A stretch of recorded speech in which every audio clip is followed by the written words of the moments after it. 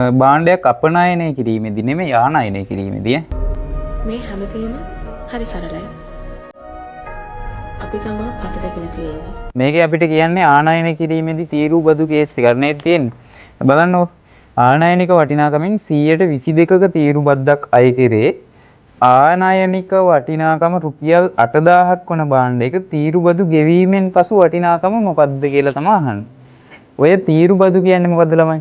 අපි මොකක් හරි රටකින් මොකක් හරි ආනයනය කරද්දී රජයෙන් කියනවා අපිට තීරු බදු විදිහට ඔයාලා ගෙවන ඔයාලගේ ඒ භාණ්ඩයේ වටිනාකමින් මෙන්න මෙච්චර ප්‍රතිශතයක් ඔයාලා රජයට ගෙවන්න ඕන.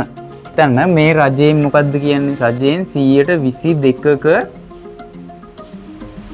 තීරු බද්දක් අය කරනවා. එතකොට මේකේ තේරුම ඔයා මොකක් හරි රුපියල් 100ක වටින 100ක් වටින භාණ්ඩයක් ගේනවා නම් රජයට රුපියල් 22ක් අමතරව ගෙවන්න ඕන. අමතරව රුපියල් 22ක ප්‍රමාණයක් ගෙවන්න කියලා තමයි ඔය කියන්නේ. පැහැදිලිද?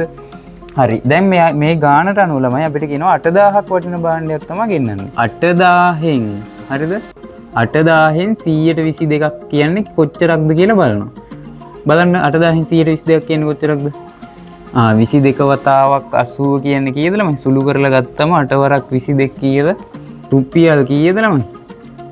1760ක්. රුපියල් 1760ක් අපිට ගෙවන්න කියනවා. තේරුණාද? මොකද්ද කියන්නේ?